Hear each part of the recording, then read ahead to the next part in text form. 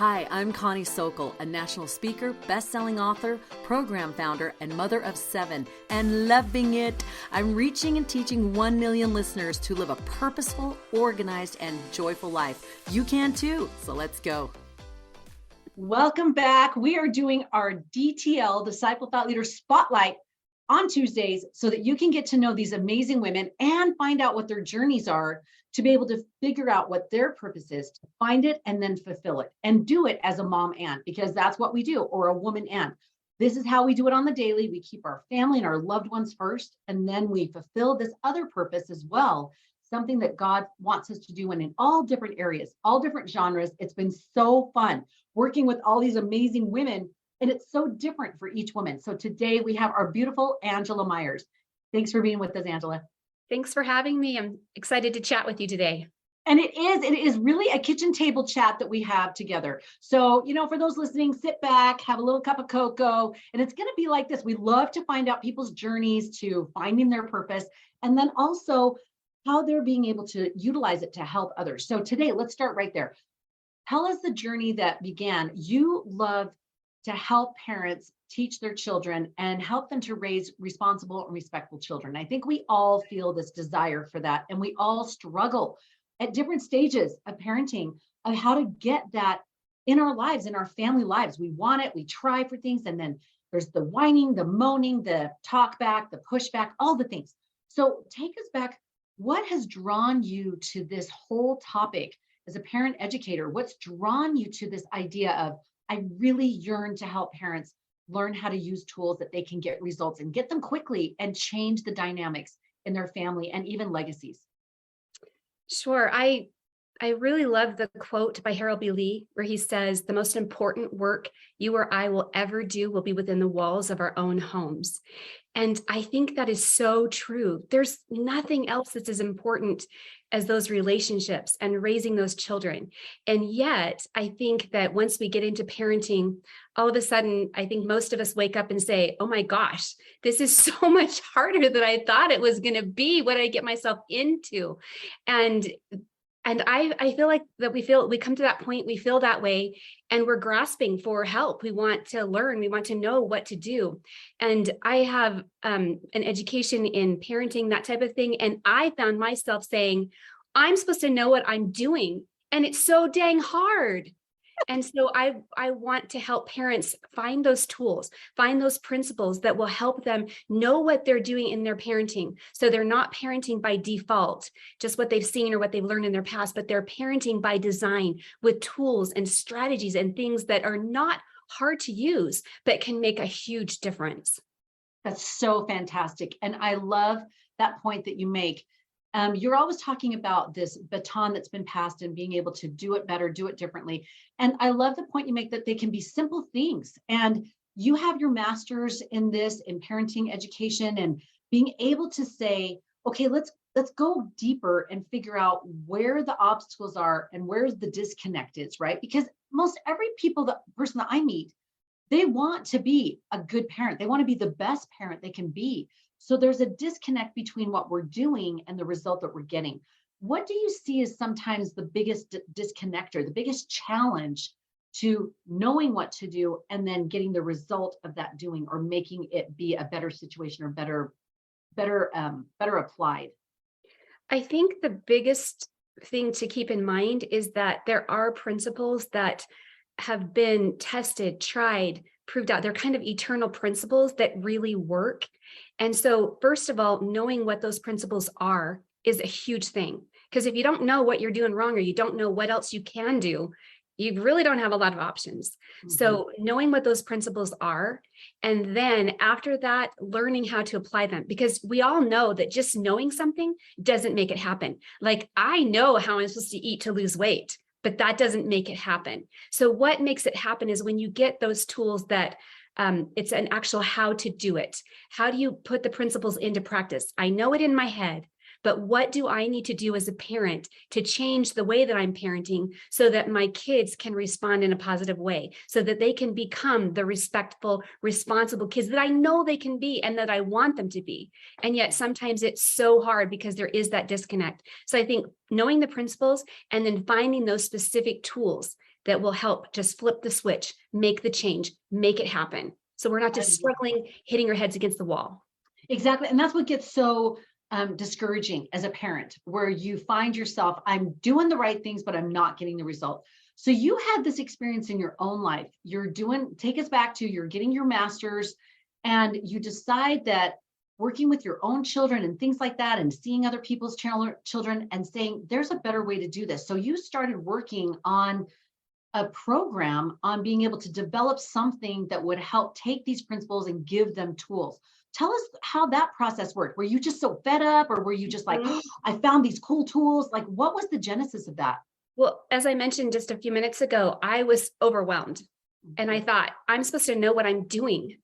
I got the principles. I have the knowledge. Why is it not happening? And I felt overwhelmed. Like there were so many things to keep track of. We're doing scouting. Oh, we're doing homework. Oh, we're supposed to be working on service or values or not lying. There were so many things.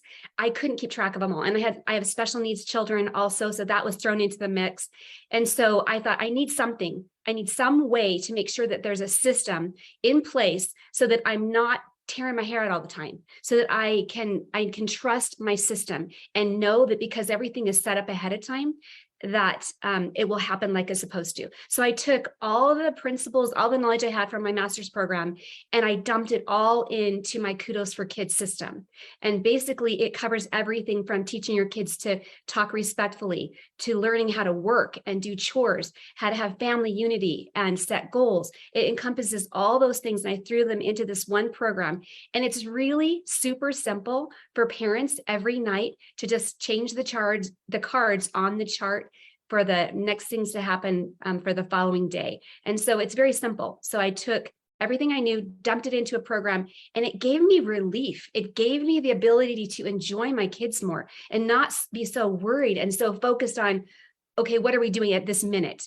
Everything kind of fell into place and there was a plan. And I can't tell you what a huge transformation that was for me, to know that my kids wanted to work, that my kids wanted to talk respectfully, because there were incentives and rewards, and the plan was set up ahead of time. So when there was a problem, no big deal. We knew what the system was going to do. We knew what was supposed to happen. So it made it so much easier.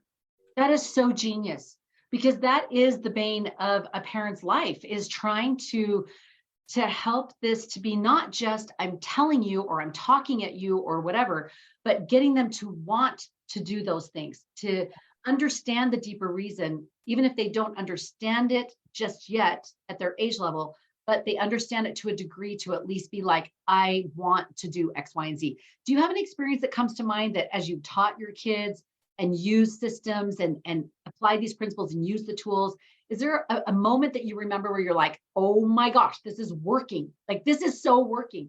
Does anything come to mind? There are a couple of things. I remember teaching my kids that they needed to work and earn things, and they would say, oh, I want this pet or that pet. We went through so many pets. I can't tell you how many we had, different ones, birds, fish, all kinds of different pets, because they were given the opportunity and the system was set up. They knew that they could earn what they wanted. So they would sit down and make a list of everything they needed for that pet, the cage or the fishbowl or the tank, the food, everything that they needed. And they had to come up with a list, how much it would cost. They had to then do jobs and earn the money for that. And I remember very clearly on multiple occasions, standing next to my child at the pet store or the grocery store or the clothing store, whatever store it was, standing there next to them as they were checking out and they were purchasing the items, and saying to the clerk, oh my gosh, look at this kid. Can you believe that he earned this all himself? He worked so hard and he knows how to take care of the pet, and we're super excited. And just watching my kids beam because they knew that they had earned it. And I'll tell you also that when your kids earn things, they appreciate them so much more. They take care of them. All of a sudden, it's not just mom bought it for me. It's I worked long and hard for that. And so that was a huge one. Also, other times my kids would work without being asked. I mean, how many parents wouldn't want that? Nobody. We all would love it if our kids just jumped up and did their chores every morning, like before school, came home from school, did their homework without being asked. But when you have the system set up, they are motivated internally. They don't need you on the outside nagging at them. So there's so many examples. That's just one small one, just knowing that it wasn't just rewarding them on the outside, but that inside things were changing, that they were learning values, that they were learning to be responsible and respectful. I love it. And I love too that you have simplified this because it can feel so overwhelming. I remember when you were first telling me about some different things that I could do with my own 10-year-old. And at first I was like, what is this going to take? It's so much energy, right? And yes, and he's a great kid, right? It's just more of, okay, how can we set these principles, not just for right now, for him to take care of the fish or the, or a cat, but I want him to have those principles set in play for later, for when things get harder. And I want those systems already in play for him. So it's harder for him to deviate from that discipline and that this rhythm. It'll help sustain him and move him forward. And I remember how easily, I was shocked how easily I was able to help him switch the gear. That having just a few systems in place and a few tools actually created such a shift where he was doing that same thing, working to earn. We're doing his little Kudo cash and earning for his Legos that he goes and he buys and then he builds. And he's done the same thing, like, hey, careful, don't touch that. Like, I earned that. Like, it's so much different than the things mom buys. I'm like, hey, same principle, right? Yes. But I love that there's so many ways to do it simply. And you have come up with a lot of simple tools, simple principles that can happen. You can get results in as quick as a day. So tell us about the I'd Be Happy To, because this was shocking to me how quickly this could make a difference. So tell us about this. All right, this one's such a fun game. The I'd Be Happy to game is a small sample or small part of the whole system that I love to watch parents try because they get so excited. It's almost like magic. It works so quickly. So basically the idea is that all our kids, when we ask them to do something, they roll their eyes, they whine, they sit on the couch, they don't jump up and do it, or they do it very begrudgingly. So the whole idea is that as parents, we want to focus on the positive. And by focusing on this one thing, you will be amazed at how quickly your kids' attitudes will change, how quickly they want to be the first one to jump up and help. So it's called the I'd Be Happy To game. Basically, every time you ask your child to do something and they say, I'd be happy to, and do it right then with a smile, they get rewarded with, if you're on the system, it's Kudo Cash. But if you're just trying out, I'd be happy to, it's a little smiley face token. And you would think, what in the world would cause a child to jump up and help out and be cooperative for a 2-inch by 2-inch square of paper with a happy face on it? But they do. And the reason for that is because the happy face is tied to 3 different things: a treat bucket, a treasure box, and to privileges, a privileges list that your kids come up with. You will be amazed at your kids jumping up and down, trying to do whatever you ask to get that little tiny piece of paper. So basically, I have the I'd Be Happy To program. If you go to kudosforfamilies.com/newsletter, you can sign up for the newsletter. And in there, we're going to do a challenge in January. You can join us for that challenge and do the I'd Be Happy To game with us. Super easy. Costs nothing. It's free. You just do the free download, pull together some things from your house and get going with it. And you'll see results within a day. When I said that to parents who tried this, they were like, no. You see results in an hour because the kids are so motivated. Because all of a sudden they're like, I could have that privilege. I could have a pizza party with friends if I have this many little tokens, and they get super excited. So it's fun. But we are starting a challenge in January. You can do it anytime, but with the challenge in January, I'll just be walking you through it, telling you what to do each day. It'll just be a 3-day challenge. So I love it. 3-day challenge and getting a lot of extra on those resources and kind of hidden tools to be able to make this even more effective and keep it going and keep it sustained. So I love that. Plus being able to connect with other parents and being able to support one another. Parents, so sometimes I feel like we sit in a church class or a community group and we all want to look like I am an awesome parent, right? And so we don't really reach out a lot unless they're a close group and be able to say, okay, what are you doing? How is it working for you? We kind of feel like we should already know and it should already be working for us. So I love the ability to connect with other parents who are saying, okay, what's a new thing I can add? What's a better thing? What's something that's going to make our family life that much simpler and easier and happier?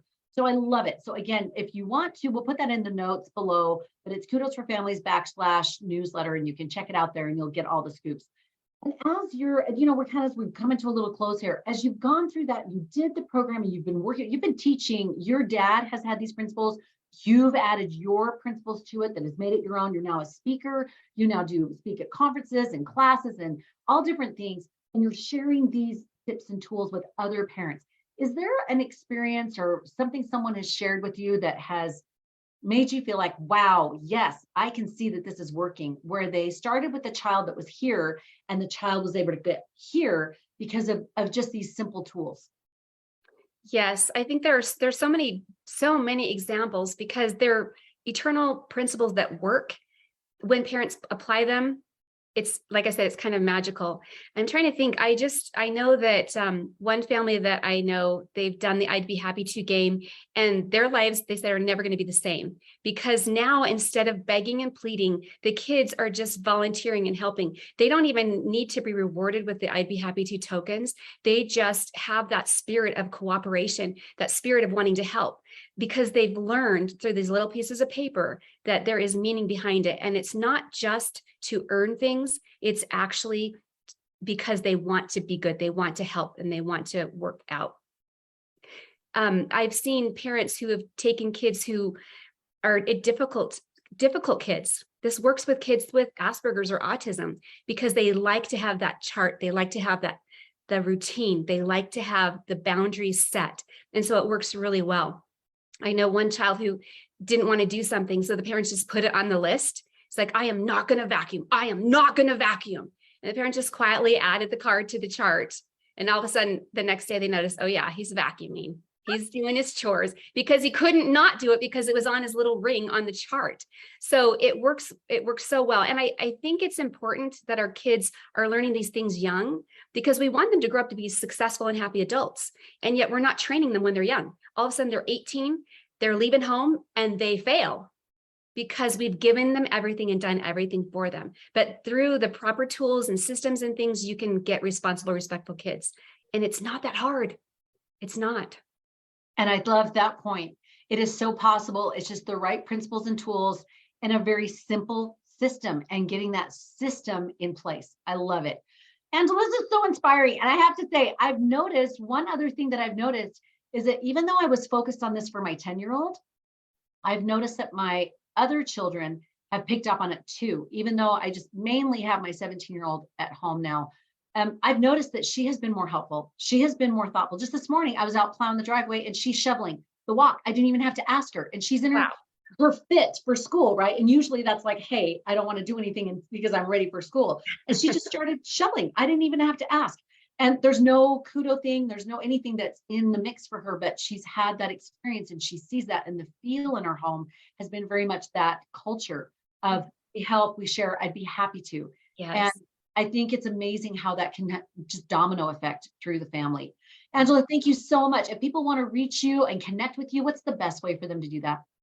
They can connect at kudosforfamilies@gmail.com, or just go on to our Facebook page. But yeah, kudosforfamilies@gmail.com, and I can send you an email back. And any questions you have, any concerns, any thoughts, I would love to help. Love it. And you have your kudosforfamilies.com, your website, and you have so many different social media channels that people can come and reach you on. I love it. She has great tools and tips and podcasts with lots of parenting ideas that are just doable and usable and not overwhelming. I so appreciate that about you. Thank you so much for being with us today. This has been fun. Thank you so much, Connie. I appreciate it. You bet. And if you're interested, if you like these spotlights and finding out people's how they find their purpose and then fulfill it and their journey to do that, check out our other detailed spotlights and you'll find out everyday women doing extraordinary things by just taking the next right step and being able to ask Heavenly Father to partner with them to be able to do what they're supposed to do and be able to live a purpose-filled life. Thanks for joining us. See us next time.